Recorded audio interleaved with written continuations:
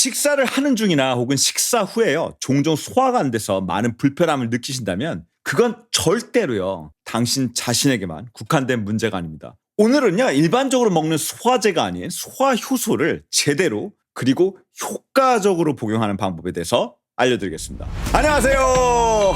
댄입니다. 소화 문제는요. 정말 겪어본 사람만이 안다고 경험해보지 않은 사람들은요. 그 불편함을 깨닫기가 어렵습니다. 통계적으로 한국 사람들 4명 중에요 1명이 겪고 있을 정도로 소화장애나 소화기 질환은 아주 흔합니다.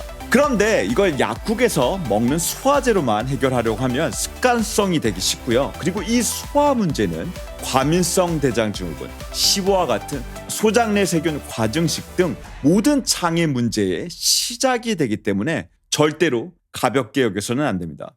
일단 소화제와요 소화효소를 혼란스러워하는 분들이 있을 것 같아서 간단하게 설명드리자면 소화제는 소화불량의 증상을 개선시키는 약물입니다. 대표적으로 위장간의 운동조절제, 가스제거제, 제산제, 이담제, 소화성 궤양치료제, 소화효소 등이 있는데요. 오늘 얘기하려고 하는 소화효소는 이 광범위한 소화제에 포함됩니다. 소화효소제는 사람이 섭취한 음식의 분해를 직접적으로 돕는 작용을 하는 위장간에서 분비되는 모든 소화효소를 포함하는데요. 소화효소제는 탄수화물, 단백질, 지방 등을 직접 소화시키는 효소로 소화효소제에 따라 한 가지 영양소에만 작용하거나 혹은 복합적으로 모두 작용하는 제제가 있습니다. 대표적으로 탄수화물, 단백질, 지방을 모두 소화시키는 소화효소에는 판크레아틴, 비오디아스타제가 있고요. 단백질만을 소화시키는 소화효소에는 프로테아제, 브로멜라인, 프로자임, 판프로신 등이 있습니다. 또한 지방, 탄수화물, 섬유질을 분해시키는 셀룰라제와 같은 소화효소들이 존재하죠. 저는 증상을 완화시키는 데 집중하는 일반적인 소화제보다는요. 이 소화효소를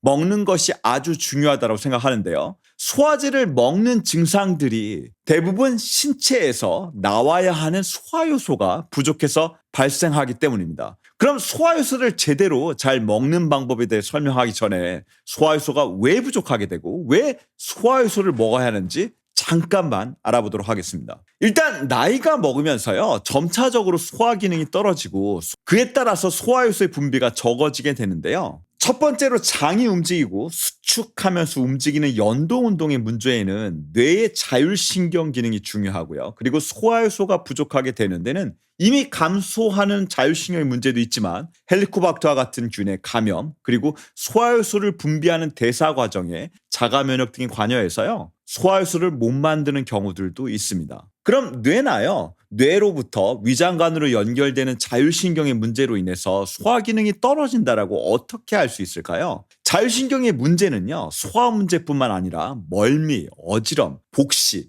구토, 손발 저림, 두통, 그리고 복통 등과 같은 다른 증상들을 동반합니다. 이런 문제가 있으면서 소화 기능에 문제가 있다면 반드시 뇌 기능을 올리는 다른 운동들을 해보시기를 추천드립니다. 저희 다른 영상에서요. 이미 이에 대해서는 자세하게 소개하고 있으니까 이건 오른쪽 카드를 꼭 참조해 주세요. 자, 그럼 오늘의 본론으로 들어가서요. 나이가 먹는 것도 서러운데 나이가 들면서 뇌 노화가 시작되면 인지나 사고 혹은 기억 같은 문제보다도 가장 먼저 자율신경의 문제가 생기게 되고요. 이로 인해서 몸에서 자연스럽게 분비돼야 되는 소화효소의 분비가 줄어들게 됩니다. 그게 첫 번째 모든 장애 문제의 시작인 것이죠. 예를 들어서요. 요새는 음식물 분쇄기를 써서요. 음식을 분쇄해서요. 그냥 바로 버리시는 분들도 많은데요. 완전히 분쇄를 하지 않고요. 큰 덩어리가 그대로 하수구로 내려가고 거기에 지방도 많아서 하수구 배관에서요. 계속 쌓이면서 뭉친다고 생각해 보세요.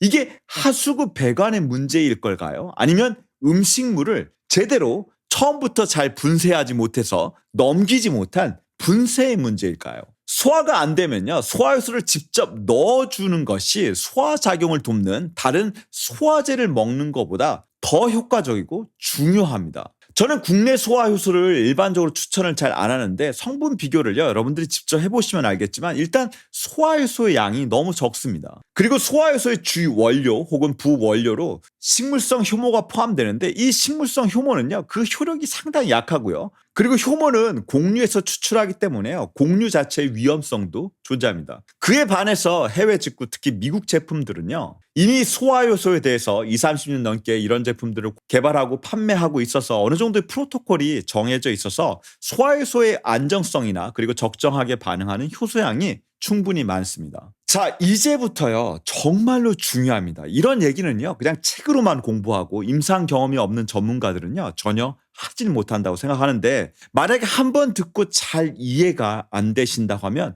반복해서 들어보세요. 간략한 광고 영상인데요, 제 영양제 사이트에 대한 소개입니다. 제 영양제 사이트는 풀스크립트라고 해서 미국에서 의사나 약사의 처방을 받아서 구매할 수 있는 질 좋은 전문적인 영양제들을 취급하는 사이트입니다. 그래서 제가 이렇게 들고 있는 것처럼 오랫동안 즐겨 먹었던 영양제들을 다양하게 취급하고 있는 사이트입니다. 그쪽에 가서 구매하실 수 있는 방법은요, 제가 설명글에 링크로 달아드리고요. 다시 본 영상으로 돌아가 볼까요? 첫 번째는요, 어떤 소화효소를 먹을까를 정하는 것입니다. 식사를 어떤 특정 음식만을 먹지 않고요, 단백질, 탄수화물, 지방이 모두 고루 포함된 식사를 한다는 가정에서요, 단백질, 탄수화물, 지방은요, 각각의 위장관을 통과하면서 소화효소가 나오는 지점들이 다 달라서 음식을 섭취한 후에요, 소화가 안 된다고 느끼는 시간이 아주 중요합니다. 일단 위산분비가 적은 사람들은요, 식사를 시작한 후에 처음 10분에서 15분 이내에 소화의 불편함, 예를 들어서 복부 팽만감이나 복통을 느낍니다. 식사 중에 소화가 안 되는 것을 느끼는 것이죠.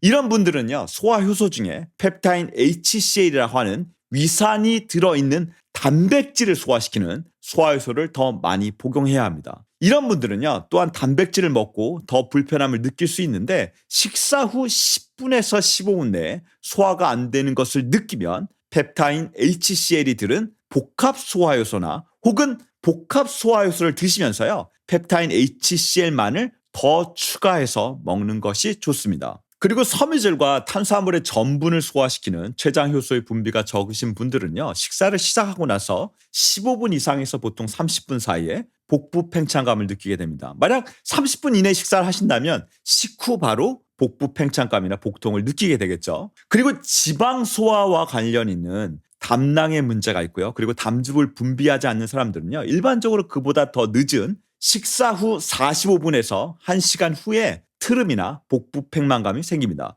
즉, 식사를 시작하고 나서 소화가 잘 안 된다고 느끼거나 복부 팽만감이 생기는 시간의 순서가 단백질, 탄수화물, 지방 순인 것입니다. 물론 소화효소와 상관없이 소장 내 세균 과다 증식 시보로 인해서 복부 팽만감이 일어날 수도 있지만, 소화가 안 되는 느끼는 시간을 고려하신다고 하면 어떤 영양분이 특히 소화가 잘 안 되고 어떤 소화효소가 필요한 것을 알 수 있게 되는 것이죠.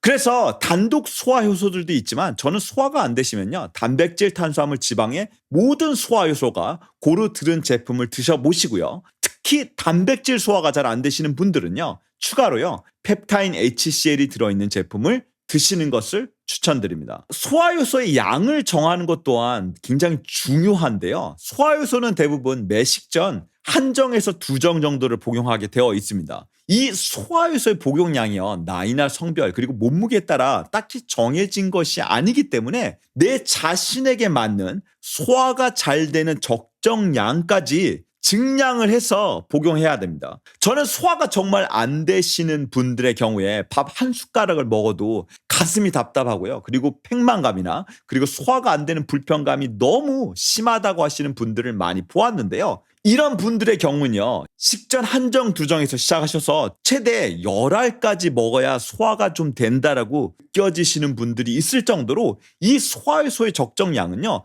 정말로 최대치를 본인 몸에 맞춰야 합니다. 그럼 저는 소화가 잘 되는 양을 잘 모르겠는데요, 어디에서 멈추는 것이 적정할까요? 라고 여쭤보신다고 하면요, 속쓰림이 생기기 바로 전까지 소화효소를 증량을 했다가, 만약 속쓰림이 약간이 있다면 제가 5정을 먹고 속쓰림이 있었다고 하면 4정이 바로 적정량이 되는 것입니다. 그런데 간혹가다요, 이 소화효소의 부족이 만성적으로 진행되면서 위궤양이나 위 자체에 문제가 있으신 분들 같은 경우에는 소화효소를 한쪽만 먹어도 속쓰림이 생긴다라고 하시는 분들이 있어요. 이런 분들은요, 소화효소 대신에 자연 발효 식초를 이용해서 아주 장기적으로 위궤양을 치료하면서 소화효소의 부족을 메꿔줘야 되는데요. 여기에 대해서는 추후 좀 더 자세하게 설명드리도록 하겠습니다. 그리고 마지막으로요, 소화효소도 약처럼 작용하기 때문에 혹시라도 소화효소를 복용할 때는 괜찮으나 소화효소 복용을 중지하면 의존성이 생겨서 제 몸 자체에서 소화효소를 만들지 못하지 않을까를 걱정하시는 분들이 있는데요. 소화효소는요, 절대 의존성이 없기 때문에 걱정하지 마시고 본인에 맞는 소화효소의 양을 찾으셔서 장기적으로 복용하셔도 괜찮습니다. 그리고 이 소화효소 복용과 함께 위장 간의 연동 운동이나 소화효소의 분비를 촉진시키는 미주신경이라고 하는 그 자율신경의 기능을 올리기 위해서 제가 이미 말씀드린 운동들을요, 꼭 해보시는 것을 추천드립니다. 그래서 소화효소 복용과 그리고 뇌 운동을 통해서 미주신경을 활성화시켜서 이런 부분들이 복합적으로 시너지가 나야 되는 것이죠. 그리고 어떤 소화효소를 드셔야 되는지에 대해서는 제가 말씀드린 펩타인 HCl과 그리고 복합 소화효도에서 제가 설명글 더보기란에 링크로 달아줄 테니까요. 그런 제품들을 참조하시면 좋겠습니다. 이미 많은 분들이 그랬던 것처럼요. 오늘 저의 정보를 통해서요. 살만 나는 날이 다시 찾아왔다고 하는 희망을 가지시는 분들이 많아졌으면 좋겠습니다. 그리고 이 정보들을요. 많이 공유해서 많은 분들이요. 같은 희망을 꿈꾸셨으면 좋겠습니다. 그럼 올바른 정보를 찾는 이들에게 저희 정보가요. 건강한 삶의 방향을 제시하기 바라고요. 제가 이 정보를 지속적으로 만들 수 있도록 잊지 말고 구독과 그리고 다른 영상들도 꼭 확인 부탁드리겠습니다. 감사합니다.